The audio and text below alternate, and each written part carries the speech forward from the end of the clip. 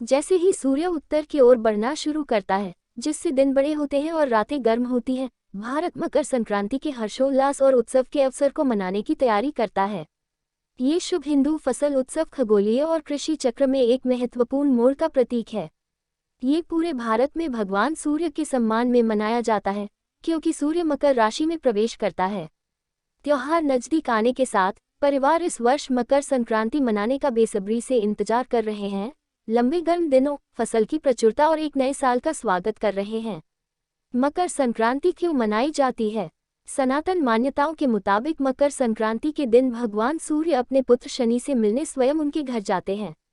वहीं एक दूसरी मान्यता के अनुसार, शास्त्रों के अनुसार मकर संक्रांति के दिन ही भगवान विष्णु के अंगूठे से निकली देवी गंगा जी भागीरथ के पीछे चलकर कपिल मुनि के आश्रम से होकर सागर में जा मिली थी और भागीरथ के पूर्वज महाराज सगर के पुत्रों को मुक्ति प्रदान हुआ था।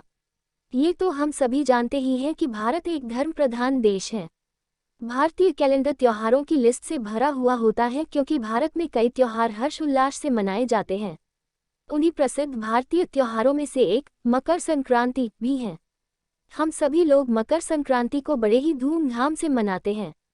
भारत में अलग अलग धर्मों के साथ उनकी विभिन्न मान्यताएं भी मौजूद है, लेकिन सभी धर्मों के लोग सभी त्योहारों को मिलजुल कर और बड़े ही हर्षोल्लास से मनाते हैं। यही तो हमारे देश की खूबसूरती है, जो कि हमें औरों से अलग करता है। कहा भी गया है कि अनेकता में एकता भारत की विशेषता। जहां एक तरफ मकर संक्रांति के दिन छोटे गांवों में बच्चे सड़कों पर इधर से उधर अपनी पतंग को पकड़ने के लिए दौड़ते हैं, तो वहीं शहरों में आसमान पतंगों की भीड़ से रंग बिरंगा दिखाई देता है। मकर संक्रांति की सबसे अधिक मान्यता गुजरात में है, लेकिन लगभग सभी प्रदेशों में इस त्योहार को हर्ष के साथ मनाया जाता है। मकर संक्रांति एक ऐसा हिंदू त्योहार है जो कि पूरी तरह से सूर्य देव को समर्पित है। भारत में शुरुआत से ही प्रकृति को देवों का स्थान दिया गया है और मकर संक्रांति का त्योहार भी सूर्य देव को समर्पित माना जाता है। ये त्योहार अलग अलग राज्यों में अलग अलग तरीके से मनाया जाता है। कहीं पर घर के पुराने सामानों को बेचकर उनकी जगह नए सामान खरीदे जाते हैं, तो कहीं पर बच्चे अपने माता पिता से इस दिन पॉकेट मनी हाथ खर्च प्राप्त करते हैं। लेकिन है जगह इस त्योहार के दिन खुशनुमा माहौल रहता है। यहाँ से आप धनतेरस क्यों मनाया जाता है पढ़ सकते हैं। मकर संक्रांति त्योहार के अलग अलग नाम क्या हैं? मकर संक्रांति एक शुद्ध हिंदी नाम है, इसलिए हो सकता है कि कुछ लोगों के लिए नया हो। गुजरात में मकर संक्रांति को लोग उत्तरायण के नाम से जानते हैं, तो राजस्थान, बिहार और झारखंड में इसे सक्रांत कहा जाता है। लेकिन एक बात सब जगह समान है और वह है गुड़ और तिल के बने लड्डू। मकर संक्रांति को अलग अलग प्रदेशों में अलग अलग तरीके से मनाया जाता है। मकर संक्रांति के दिन लोग सूर्य देव की पूजा करते हैं। कुछ लोग अपने घरों में हो तुलसी के पौधे के माध्यम से सूर्यदेव की पूजा करते हैं, तो कुछ तालाब, झील व नदियों को पूजा के लिए शुभ मानते हैं। मकर संक्रांति के दिन घरों में रंग बिरंगा डेकोरेशन किया जाता है। मकर संक्रांति और कुंभ मेला का क्या संबंध है? मकर संक्रांति के समय में हर 12 साल में एक बार महान कुंभ का मेला आयोजित होता है, जिसमें 5 से 10 करोड़ लोग शामिल होते हैं। सभी लोग प्रयाग में गंगा और यमुना नदी के संगम पर सूर्य देव की पूजा करते हैं। ये परंपरा आदि शंकराचार्य ने स्थापित की थी। 10 करोड़ तक लोगों के शामिल होने के कारण यह महाकुंभ का मेला पूरी दुनिया का सबसे बड़ा फेस्टिवल इवेंट भी माना जाता है। इस कार्यक्रम में हिमालय पर घोर तपस्या करने वाले साधुओं से लेकर हजारों विदेशी यात्री तक शामिल होते हैं। मकर संक्रांति क्यों मनाते हैं? अलग अलग धर्मों की विभिन्न मान्यताओं के अनुसार मकर संक्रांति मनाने के कई कारण हैं, लेकिन मकर संक्रांति मुख्य रूप से सूर्य के दक्षिणायन से उत्तरायण में जाने के शुभ मौके मनाया जाता है। भारतीय शास्त्रों में कहा गया है कि जब सूर्य दक्षिणायन में रहता है तब देवताओं की रात्रि होती है, अर्थात यह समय नकारात्मकता का प्रतीक होता है, और वहीं दूसरी तरफ जब सूर्य उत्तरायण में रहता है तो ये देवताओं का दिन होता है और यह समय को बहुत ही शुभ माना जाता है। दरअसल भारत उत्तरी गोलार्ध में स्थित है और मकर संक्रांति से पहले सूर्य भारत के हिसाब से दक्षिण गोलार्ध में रहता है और मकर संक्रांति के समय पर वह उत्तरी गोलार्ध में आना शुरू कर देता है, जिसका मतलब होता है कि भारतीय सभ्यता के अनुसार इस दिन से उत्तरायण का समय शुरू हो जाता है। ये भी माना जाता है कि मकर संक्रांति के दिन से सर्दी समाप्त होना शुरू हो जाती है और दिन बड़े व रातें छोटी होना शुरू हो जाती हैं। यूं कहे तो गर्मी की शुरुआत होने लगती है। मकर संक्रांति धर्मराज की कहानी। संक्रांति के दिन धर्मराज की कहानी बहुत प्रसिद्ध है। इस कहानी में एक राजा है जो अपने देश की प्रजा को संतुष्ट करने के लिए एक खोज पर निकलता है। राजा के पीछे एक विशाल दल भी जाता है। राजा के पीछे जाने के बाद उसकी खोज में उसे एक बहुत ही सुंदर मंदिर दिखाई दिया। वह मंदिर गया और उसने एक बहुत ही सुंदर मूर्ति देखी। मूर्ति के पास एक आदमी बैठा है। राजा ने पूछा कि यह मूर्ति कौन है। उस आदमी ने कहा कि मूर्ति धर्म के राजा की थी। राजा ने उससे पूछा कि फ्रांस का राजा कौन है। उस व्यक्ति ने कहा कि धर्मराज एक ऐसे देवता हैं जो सबको तृप्त कर देते हैं।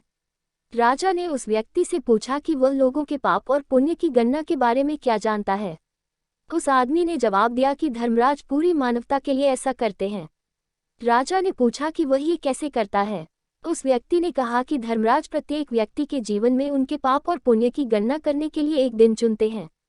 उस दिन को संक्रांति कहा जाता है और इसलिए संक्रांति पर धर्मराज की पूजा की जाती है। मकर संक्रांति का महत्व शायद आपने गौर न किया हो, लेकिन अधिकतर त्योहारों में हम कुछ ऐसे काम करते हैं जैसे कि पर्यावरण को काफ़ी हानि होती है, लेकिन मकर संक्रांति की गिनती उन त्योहारों में होती है जिससे कि पर्यावरण को काफ़ी कम हानि पहुंचती है। वही वैज्ञानिक दृष्टि से मकर संक्रांति इन हिंदी अपना एक अलग ही महत्व रखती है। मकर संक्रांति के दिन से सर्दियां खत्म होना शुरू कर देती है और भारतीय नदियों में से वाष्पन क्रिया शुरू हो जाती है, क्योंकि मकर संक्रांति से सूर्य भारत की तरफ बढ़ना शुरू करता है। वैज्ञानिकों के अनुसार नदियों से निकलने वाली वाष्प कई रोगों को दूर करती है, अतः मकर संक्रांति के दिन नदियों में नहाना भारतीय सभ्यता के अनुसार शुभ और वैज्ञानिकों के अनुसार शरीर के लिए लाभकारी माना जाता है।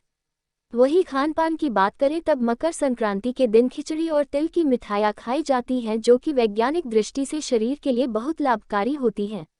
शास्त्रों के अनुसार सूर्य के दक्षिणायन से उत्तरायण में जाना शुभ होता है और वही विज्ञान के अनुसार यह मानव शरीर के लाभकारी होती है, क्योंकि उत्तरायण में अर्थात गर्मी के दिनों में कार्य करने की क्षमता में वृद्धि होती है। मकर संक्रांति की गिनती उन त्योहारों में की जाती है जिन्हें पूरे देश में एक साथ मनाया जाता है, लेकिन इस बात को मनाने का तरीके हर जगह एक जैसे नहीं हैं। मकर संक्रांति की विभिन्न स्थानों में विभिन्न मान्यताओं के साथ अलग अलग तरह से मनाया जाता है।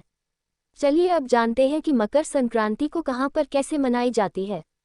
पंजाब और हरियाणा में मकर संक्रांति को लोहड़ी के रूप में मनाया जाता है और इस दिन वहां पर तिल, चावल और गुड़ के साथ भुने मक्के की अग्नि में आहुति देने की प्रथा है। वहीं उत्तर प्रदेश में मकर संक्रांति को दान के पर्व के रूप में मनाया जाता है और लोग इस दिन अधिक से अधिक दान देने की कोशिश करते हैं। बंगाल की बात करें तब मकर संक्रांति के दिन तिल दान करने की प्रथा प्रचलित है। इसके अलावा बंगाल में इस दिन बड़े मेले का आयोजन भी होता है। बिहार में इस त्योहार को खिचड़ी का त्योहार माना जाता है। बिहार में इस दिन खिचड़ी बनाने की और वस्त्र दान करने की प्रथा है। राजस्थान में यह त्योहार सास और बहू के रिश्ते को मजबूत करने के लिए जाना जाता है। इस दिन बहुएं अपनी सास को वस्त्र और चूड़ियां भेंट करती हैं और उनसे आशीर्वाद लेती हैं। तमिलनाडु में इस त्योहार को पोंगल के नाम से जाना जाता है और इसे 4 दिन तक मनाया जाता है। महाराष्ट्र में इस दिन हलवा मनाने और दान देने की प्रथा है। सबसे अधिक हर्षोल्लास से इसे गुजरात में मनाया जाता है। गुजरात में इस दिन आसमान पतंगों से भरा हुआ है। गुजरात में पतंग उड़ाने की प्रथा सबसे ज्यादा है। मकर संक्रांति के दिन गुजरात में विभिन्न तरह की छोटी बड़ी पतंगें उड़ाई जाती हैं। गुजरात में इस दिन पतंग उड़ाने के अलावा दान देने और तिल की मिठाइयाँ भी खाई जाती हैं। Thanks for watching. Like and subscribe.